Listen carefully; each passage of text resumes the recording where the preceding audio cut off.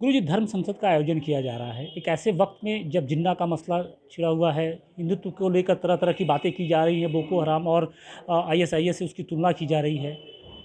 इन बातों को लेकर भी क्या चर्चा होगी? जिस सलमान खुर्शीद के लिए हलाला पवित्र चीज है, उन्हें हिंदुओं को गाली देते देते पूरी कांग्रेस रसातल में चली गई। बची खुची कांग्रेस आईसीसी के नाम पर इंडियन चर्च कमेटी बन करके रह गई। इसके बाद भी ये बाज नहीं आ रहे।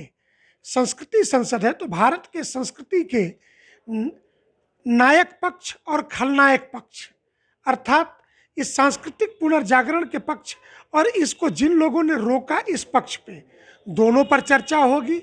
और स्वाभाविक है कि किसी भारत विरोधी को, राष्ट्र विरोधी और संस्कृति विरोधी को हम छोड़ने वाले नहीं हैं इन 3 दिनों की चर्चाओं में। हिंदुत्व को लेकर बार बार इस तरीके से क्यों सवाल उठाए जा रहे हैं? किस मानसिकता के ये लोग हैं? हिंदुत्व के जागरण के कारण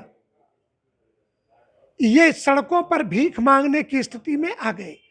जिनके लिए ताजमहल के अलावा कोई प्रतीक नहीं होता था, अब उस देश में गंगा आरती भी, साबरमती के किनारे का झूला, अक्षरधाम की सीढ़ियों पर बैठा हुआ फ्रांस का राष्ट्रपति, यह भी एडवांटेज और उसको आप ये कह सकते हैं कि एक आश्चर्यजनक पहलू दिखने लगा।